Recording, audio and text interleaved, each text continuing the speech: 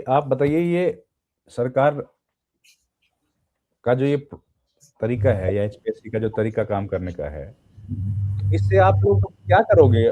इस तरह से इससे पार पाओगे? 35% क्राइटेरिया तो हटता हुआ दिख नहीं रहा है। सरकार तो खुश है उसमें। सर अब हमारे पास क्या ऑप्शन है सर, हम सड़कों पर उतर लिए और उसी का रिजल्ट है सर, क्योंकि उन्होंने एक्चुअली में सर मैं आपको बताता हूँ, कल परसों ना हमारे पास कॉल आया, कुलर जी ने हमें खुद मतलब फोन करके बुलाया। तो उसमें एपी इंग्लिश के और पीएचडी कंप्यूटर साइंस के कैंडिडेट को बुलाया गया था। क्यों? क्योंकि इन दोनों की वजह से ना माहौल बना हुआ है, क्योंकि हमने ये मुद्दा हाईलाइट कर दिया। आज हरियाणा में हर बच्चे बच्चे को पता है भी एचपीएससी की भर्तियों में क्या हो रहा है, एपी इंग्लिश वालों के साथ क्या हुआ, कंप्यूटर वालों का रिजल्ट क्यों नहीं आ रहा है, ये हर बच्चे बच्चे को पता है। तो इसलिए क्या है, सरकार के पास भी ये इन्फॉर्मेशन जा रही है भी हाँ भी कुछ गलत है, कुछ हो रहा है। तो उन्होंने खुद हमें बुलाया, कह रहा भी हम आपके इस पे काम कर रहे हैं, हम आपको एक सॉल्यूशन प्रोवाइड करते हैं। वो सॉल्यूशन ये है, अभी जो आपका एग्जाम टफ था, हम उसका रिजल्ट है ना, उसमें 30-40 जितने बंदे पास होंगे, हम कैंडिडेट उसका रिजल्ट डिक्लेयर कर देंगे। लेकिन हम आपको एक ऑप्शन दे रहे हैं, भी हम आज ही सेम एडवर्टाइजमेंट कर देंगे और अगले 3-4 महीनों में उसको कंप्लीट करेंगे। और नेक्स्ट टाइम कह रहे हैं, हम जो पोस्टें रिमेनिंग रहेंगी जिनके लिए री एडवर्टाइज होएगा, उसके हम 2 टाइम्स को इंटरव्यू के लिए बुलाएंगे। तो हमें ये आश्वासन मिला है सर कल। उसके बाद मैंने कहा सर ये 5-7 साल से जो भर्ती लूप में फंसी हुई है, आप इसको कंप्लीट करो, इसका रिजल्ट निकाल दो, कैसे ही करके कंप्लीट करो। और आप हमें आश्वासन दे रहे हो भी आप अगली भर्ती निकाल के और अगली में आप पोस्ट के 2 टाइम्स को इंटरव्यू के लिए बुला के उसको 3-4 महीने में कंप्लीट करोगे। तो हम ठीक है, हम एग्री करते हैं इस चीज पे, क्योंकि हमारे पास कोई और ऑप्शन ही नहीं है। क्योंकि पीछे ये भर्ती 7 साल तक लटकी रही, अगर हम इस चीज पे एग्री नहीं करते तो हमें नहीं पता अब ये रिजल्ट कितने दिन तक होल्ड पे रखता है। ये रिजल्ट होल्ड पे इसी वजह से था, क्योंकि इसमें इनके पास कैंडिडेट नहीं थे, इनको जवाब नहीं मिल रहा था। अभी हम जब ये रिजल्ट अनाउंस होएगा, सिर्फ 2% कैंडिडेट पास होंगे, तो हम मतलब कैसे हैंडल करेंगे सिचुएशन को। तो उसको हैंडल करने के लिए उन्होंने ये सुझाव दिया सर, वो हमने एक्सेप्ट कर लिया और अब आगे हम देखते हैं। हम यही उम्मीद करते हैं सर, भी जो कुल्लर जी ने जो हमें मतलब कमिटमेंट किया है, भी हम ये भर्ती है हम अगले 3-4 महीने में कंप्लीट करेंगे और अगली बार 2 टाइम्स को इंटरव्यू के लिए कॉल करेंगे हम।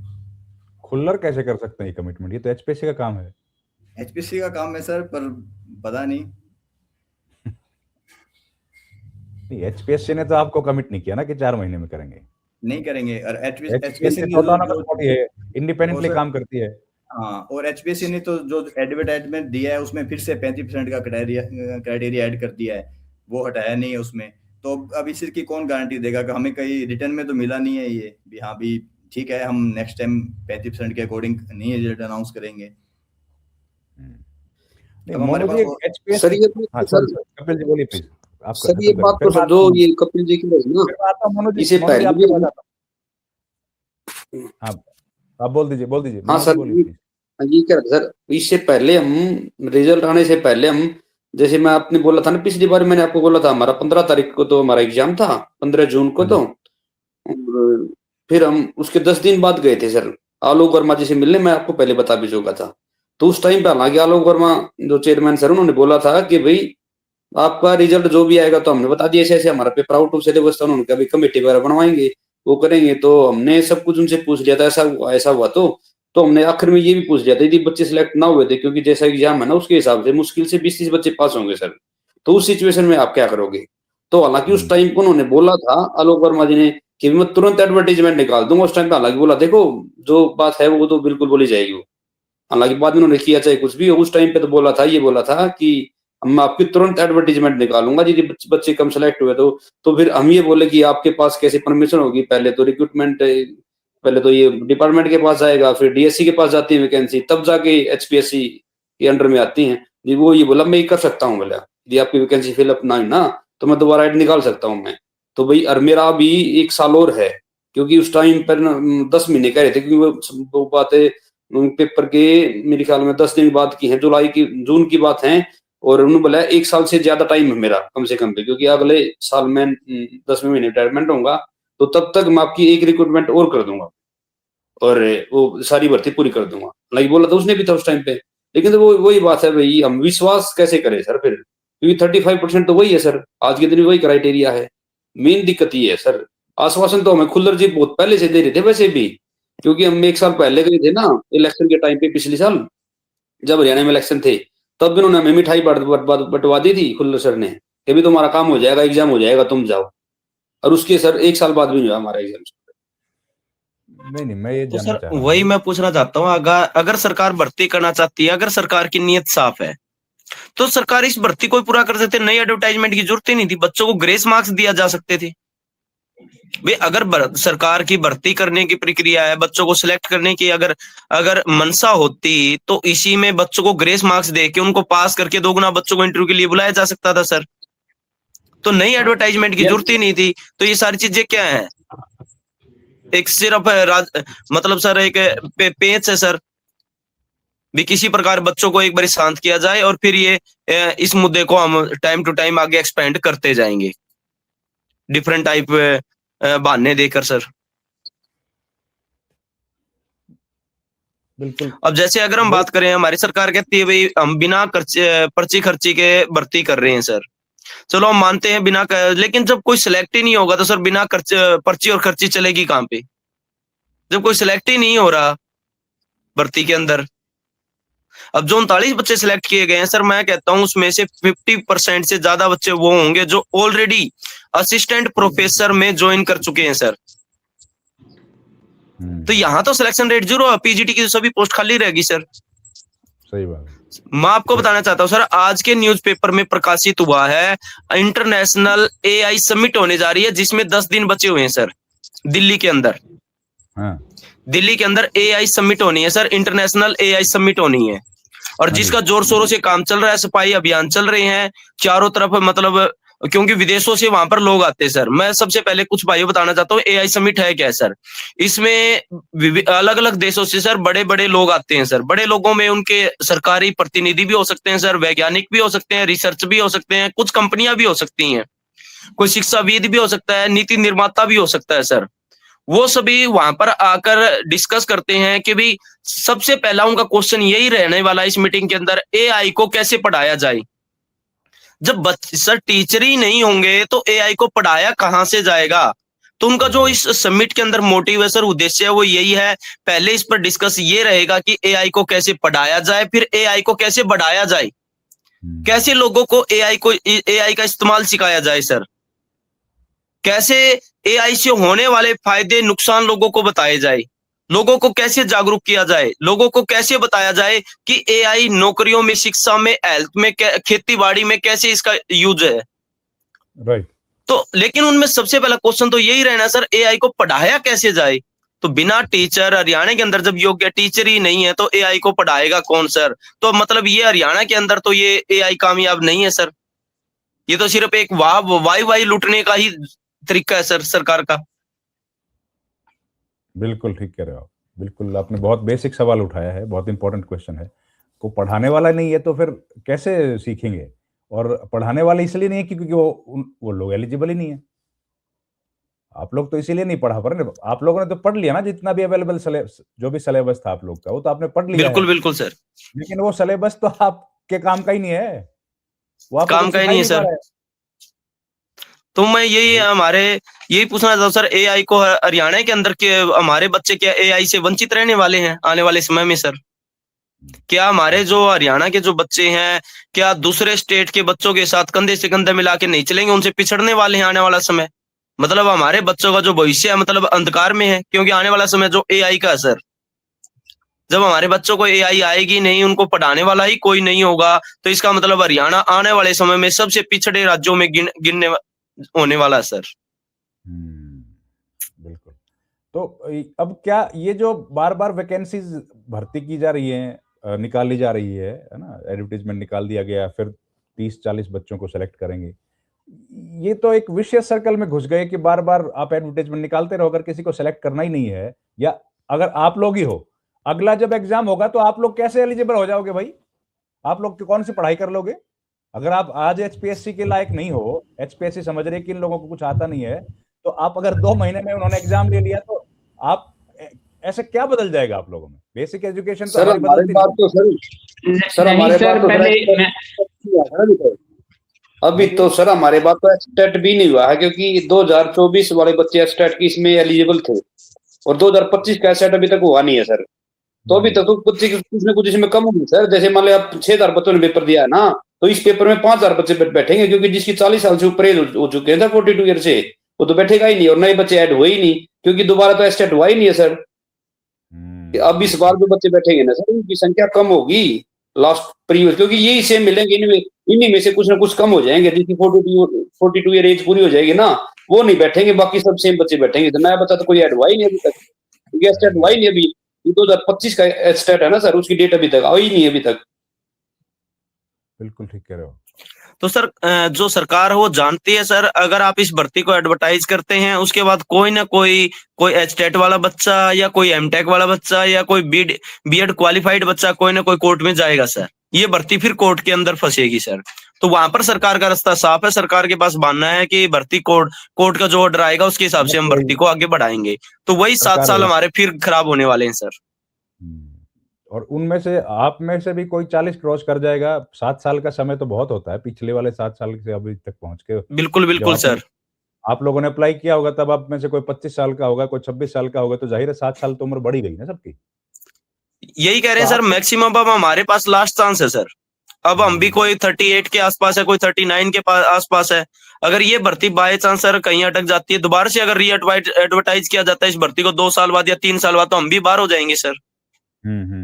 जो इसके पैमाने हैं जिनको अगर चेंज करके मान लो कल को सरकार इसको री एडवर्टाइज करती है, क्योंकि आने वाले में सरकार का जो सरकार की साफ गाइडलाइंस थी कि आने वाले समय में हम एमटेक बीएड को ही एलिजिबल करेंगे, लेकिन सरकार ने वही पुराने पैमानों पर इस भर्ती को दोबारा री एडवर्टाइज कर दिया।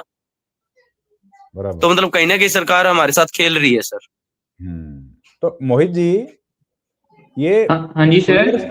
खुल्लर साहब आप लोगों को आश्वासन दे रहे हैं, आप लोगों ने खुल्लर साहब को तो चुना नहीं, आप लोगों ने तो सरकार को चुना है ना। वोट किसको दिया था? सरकार को दिया होगा ना, एमएलए को, पॉलिटिकल पार्टी को। वो लोग कहाँ हैं सर? वोट वहां तो हम जा चुके हैं ना, जिनको वोट दिया था वो वहां तो जा चुके हैं ना। वो तो बोल देते हैं हम आपका काम करवा देंगे, हम बोल देंगे आगे एचपीएससी को फोन कर देंगे। लेकिन जैसे अभी 7 साल बाद एग्जाम हुआ था, 7 साल बाद एग्जाम हुआ था, उससे कई साल पहले हमने चक्कर मारने शुरू कर दिए थे सभी नेता एमएलए सभी के पास। तो वो यही आश्वासन देते थे कि आपका काम हो जाएगा, जल्दी पेपर हो जाएगा, जल्दी रिजल्ट आ जाएगा। लेकिन वो ऐसा होता नहीं था, क्योंकि जो कोर्ट केस चला हुआ था भर्ती पे, उसमें फंसी हुई थी भर्ती। तो वो तो तो फिर वो तो पल्ला झाड़ लेते हैं ना फिर, कि अब तो हमारे अंडर है ही नहीं। जब कोर्ट केस में चली गई है बात, तो फिर वो अपना हाथ उठा देते हैं, फिर उनके अंडर कुछ नहीं रहता। देखो सर, हमने सरकार को चुना है, आज सरकार हमें रिजेक्ट कर रही है। हमने जो सरकार के प्रतिनिधि हमारे द्वारा चुनकर भेजे गए हैं, लेकिन सरकार आज हमें रिजेक्ट कर रही है सर। बिल्कुल ठीक बात। अभी भी सर जैसे न्यू एडवर्टाइजमेंट आई है, अगर सरकार इसको टाइमली पूरा कर पाए, 2-3 महीने के अंदर अंदर एग्जाम लेके इसका रिजल्ट निकाल दे, तब भी ये जो पिछले जो 7 साल इसकी भरपाई पूरी हो जाएगी। और जो एग्जाम क्वेश्चन आंसर जो बनेगा, अगर सरकार बनाएगी, अगर वो विद इन सिलेबस बनाएगी और सही तरीके से बनाएगी कि कम से कम 2 गुना बच्चे तो इंटरव्यू के लिए पास हों, अगर ऐसा एग्जाम बनेगा तो हम उसके लिए तो फिर सही रहेगा। अगर दोबारा फिर वो पुरानी गलतियां अपनी करेंगे तो फिर तो वो नुकसान है फिर से। जी जी। तो नीरज जी, अगर सरकार को सर भर्ती, जी बोले संदीप भाई बोले। सरकार को अगर भर्ती करनी होती सर, सरकार के पास और रास्ते भी थे। चलो ठीक है, पेपर आपने टफ बनाया, लेकिन अगर आप भर्ती करने की मनसा है, अगर ये कह रहे हैं कि हम 2-3 महीने में आपकी भर्ती की प्रक्रिया पूरी कर देंगे, तो ऐसी जरूरत ही नहीं थी सर। इसी के अंदर आप ग्रेस मार्क्स देके बच्चों को आप डबल बुला सकते थे। ये अथॉरिटी एचपीएससी के पास है सर, कि आप दुगने बच्चों को बुलाना है तो हम ग्रेस मार्क्स दे सकते थे बच्चों को, तो बच्चों को बुलाया जा सकता था। तो इस भर्ती को समय पर पूरा किया जा सकता था सर। लेकिन नई एडवर्टाइज निकालना मतलब एक तरीके से दोबारा से इस भर्ती को गोल गोल घुमाना है सर। तो सरकार आप लोगों के साथ खिलवाड़ कर रही है। बिल्कुल सर। लगता है कपिल जी आपको भी ऐसा? सर हमने 7 साल धक्के खाए हैं सर, तो अब जब तक आगे ये भर्ती अगर ये कंप्लीट नहीं हो जाती ना, तब तक हमें ये लगेगा भी हाँ भी हम फिर वापस उसी लूप में घूम गए, ये फिर 6-7 साल निकलेंगे ये। क्योंकि सही बात है सर, जैसे अभी संदीप जी ने कहा, अगर मंशा होती तो ये सर अब दोबारा सेम प्रोसेस क्यों करनी है सर, क्योंकि इनको वही कैंडिडेट मिलने हैं, अब दोबारा हम ही फिर से एग्जाम लिखने जाएंगे, हम में से फिर इन्होंने 2 टाइम्स इंटरव्यू बुलाने हैं, तो आप हमने पहले ऑलरेडी एग्जाम लिखा हुआ था, आप उसमें से लूज मार्किंग करके और आप 2 टाइम्स इंटरव्यू के लिए बुला के आप इंटरव्यू में उनको वैलिडेट कर लो ना, जो अच्छे कैंडिडेट है उनको आप 2 टाइम्स बुलाओगे, उनमें से अच्छे कैंडिडेट है उनको आप सिलेक्ट कर लो और उनको जॉब दो आप। जी बिल्कुल बिल्कुल। आप कुछ कहना चाहते हैं मोनू जी? अनम्यूट कीजिए मोनू जी। असल में यही कहना चाहूंगा सर कि अब जो भी है जैसे ये बोल रहे हैं सर, हमें लग तो ऐसा ही रहा है सर कि हम अब की बार भी लूप में ना फंस जाएं सर, क्योंकि बहुत लंबा समय है। विश्वास तो देखो सर उठ चुका है सर सभी बच्चों का। अब जैसे कपिल जी ने बोला, जब तक हमारी ये भर्ती में 2 गुना बच्चे नहीं बुलाए जाएंगे, जैसे मान ले जो भी पूरा प्रोसेस अच्छे से नहीं होगा, तब तक तो हमें विश्वास होने वाला है नहीं सर। कि देखो हमें तैयारी भी करनी है, हमें अब बाकी और चीजें और भी हमें करनी है, लेकिन सर हम विश्वास तो तभी होगा सर जब हमारे हाथ में कुछ आ जाएगा सर। बिल्कुल। क्योंकि अब जहां भी गए ना सर, हमें निराशा ही मिली है सर। हम पॉलिटिक्स के वालों के पास गए हैं, खुल्लर सर के पास गए, हम चेयरमैन सर के पास गए हैं, आज के नहीं कम से कम 3-4 साल के सर, तो हमने बिल्कुल कंटिन्यू है सर। 2023 के बाद तो ये मान के चलो सर, हम घर बैठे ही नहीं आराम से, मतलब ऐसे ही कहीं कहीं ऐसे ही घूमते रहे हैं सर, लेकिन हर जगह निराशा ही मिली है। तो अब देखो उम्मीद की किरण है, हो सकती है सर और नहीं भी हो सकती, लेकिन सर हमें क्या लगेगा आप बताओ? अभी तक हमें फेलियर निराशा ही मिली, तो आगे सर चांसेस है कि हमारा मन तो यही कहेगा भी आगे भी ऐसा हो सकता है। लेकिन देखो सर आगे क्या होता है, यदि सब रिकवर हो जाता है सर, देखो वो आगे समय बताएगा। देखो आप बिल्कुल पॉजिटिव रहिए और हम लोग तो यही उम्मीद करेंगे कि अगली बार जब मुलाकात होगी तो आप सब लोग सरकारी नौकरी में होंगे, है ना? हमारी शुभकामनाएं। तो इस कार्यक्रम में इतना ही। अगर आप लोगों में से कुछ बोलना चाहता है, कोई क्लोजिंग कमेंट्स, तो बोल दीजिए।